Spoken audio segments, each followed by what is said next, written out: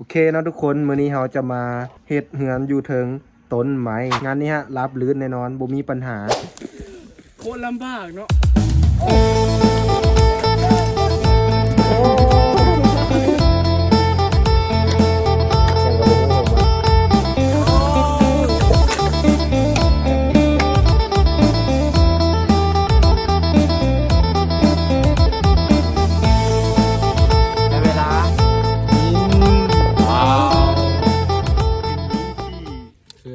สิรอดสิล่วง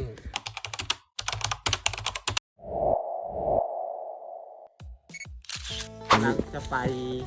บอนหมายไว้ก็เลยที่ไปเก็บบ้านต้นไม้เองนะสู้กันได้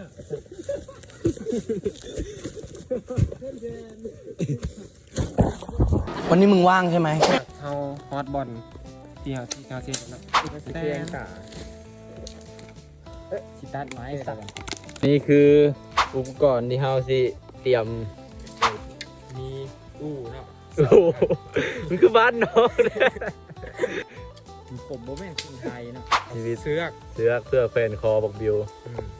ซอยแลนเนี่ยดีใจจานตัวอีกน้อยอ่ะ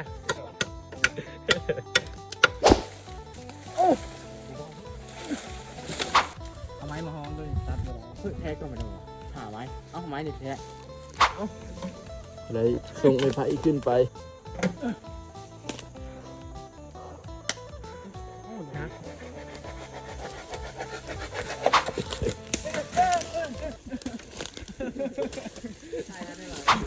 โคตรลำบากเนาะงานนี้ฮะรับลื่นแน่นอนบ่มีปัญหาเบิกไว้ความยากลำบากเป็นอะไรก็จะชื่อได้อะไรแจ็คไล่มึงกาได้ที่ไหน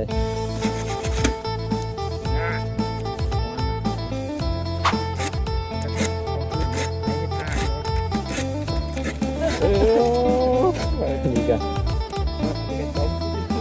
ตกน้ำอยากหูดับมันหอนหูดับมันหอนมึงเลยอยากลงไปลิ่นน้ำโอ้น่ะเหมือนมึงเหวออ่ะทำกับโคตรใส่เนาะน้องคือจริงเคยลงมาลิ่นน้ำเนาะกินเยี่ยวหากระย่า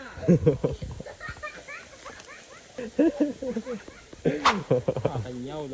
ลงไปสวยหน้าอะไรเลยโอ้เธอหวานเจี๊ยบนั่งประชุมกันเรื่องสิเอ็ดห้างว่าเขาสินั่งไปไหนตอนนี้มีใครคิดอย่างไรนี่ใช่มานี่เขาก็มาเบิ้งตอนที่ทางเห็ดโค้งเป็นไงทดสอบเป็นไงตายแน่นอนมือ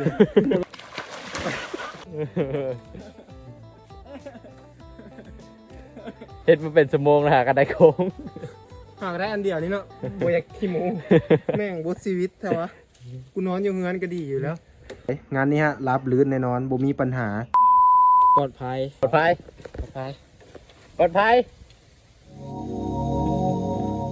นี่เอาโต๊ะลงไปนี่กันสิประมาณว่า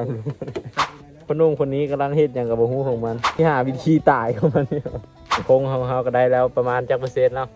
30%มาคาดมานี่แล้วก็ดีกูยอดบ่สมบูรณ์ยังบ่ร้อยยังอีกพักหากได้70%นะโอ้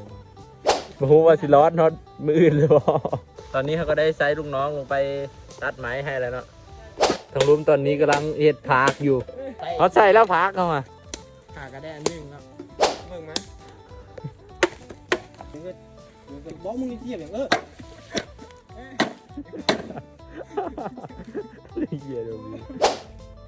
ขั้นตอนการซับพักที่ทุลังมาก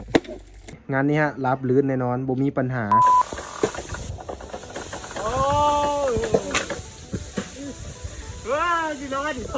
ตอนนี้เขาก็เฮ็ดได้แล้วประมาณ 50% เขาก็ได้เอาไม้พักนี่ขึ้นมาได้แล้ววันนี้ยังท่าพวกซุ่มหมาบ่แดกเฮ็ดพักขึ้นมาให้อีกแดกกี่บ่มาฮะ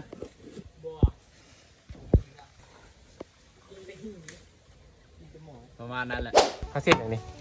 เขาก็สิเฮ็ดคัดโค้งเนาะเขาก็ได้สิเจาะหูเพื่อซอดเขาว่านี่เห็นหูแล้วก็ซอดเขาเลิกเอาแบบลิฟเลยอันนี้วะ ตึกใจ สอดเขาคือสอดหงหีเนาะ เอ้ยตายแล้ว ดูธรรมะธรรมโมมังดี ดูปรัชญาคำคมวิถีชีวิต ตอนนี้เฮากะได้เฮ็ดแล้วเป็นที่เรียบร้อยเนาะแบบสวยมาก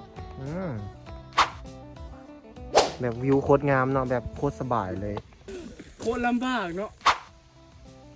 มีน้ำไหลอยู่เนาะโคตรเย็นเลยวันนี้เฮากะสินอนอยู่นี่ประมาณ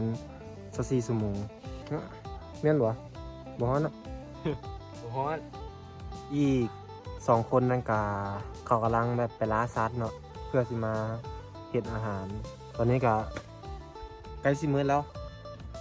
โคตรสูงเนาะความสูงกับประมาณจักเมตรวะ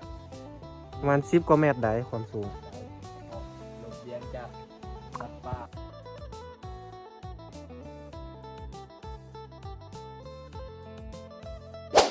อ่ะตอนนี้กะเฮากะสิ เหมือนมึงเหวออะ ระหว่างที่เวลาเขาเฮ็ดเฮือนเฮ็ดบอลอยู่เนาะเฮาก็สิไปหาของกินไปหาอาหารนั่นแหละหาอยู่ป่าดงดิบป่าอเมซอน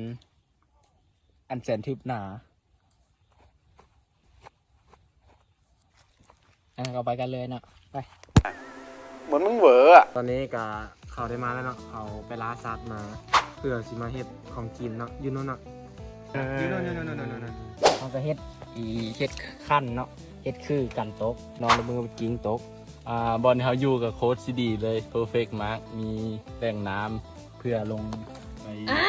แทนอะไรเนี่ย ห้างเขาโค้ชดีเลย เน้นหนาบ่มีที่สิล่มลงใดแม่นบ่ แม่นแล้วเนาะก็มันตอนนี้ก็เป็นเวลาค่ำแล้วโบราณเขาว่าเฮ็ดห้างเลยห้ามลงสิมีสิ่งลี้ลับเพราะแถวนี้มันเป็น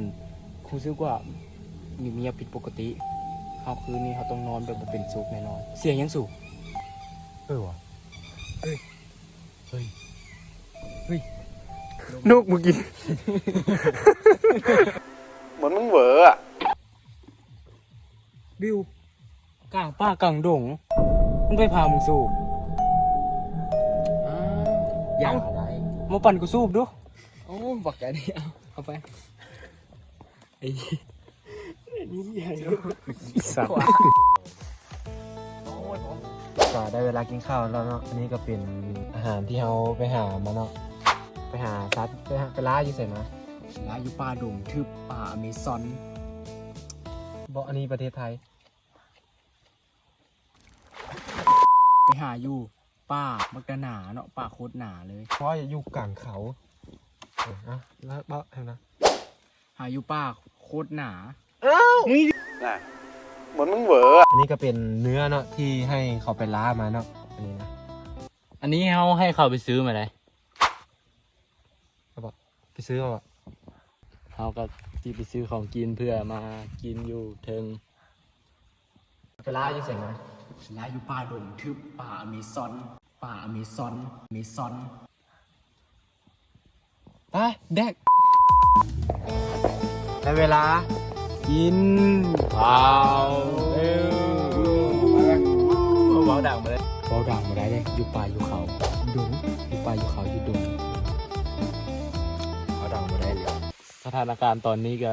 ฝนตกลงมาบ่ฮู้ว่า ตอนนี้ก็เริ่ม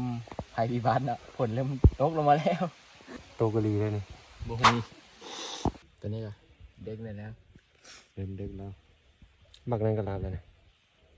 พวกเขาก็สิได้พอโตเข้าไปนอนก็เนาะพอดีว่าเป็นแม่กันเดึกแล้วตอนนี้มื้อเช้าเจอกันไปกัน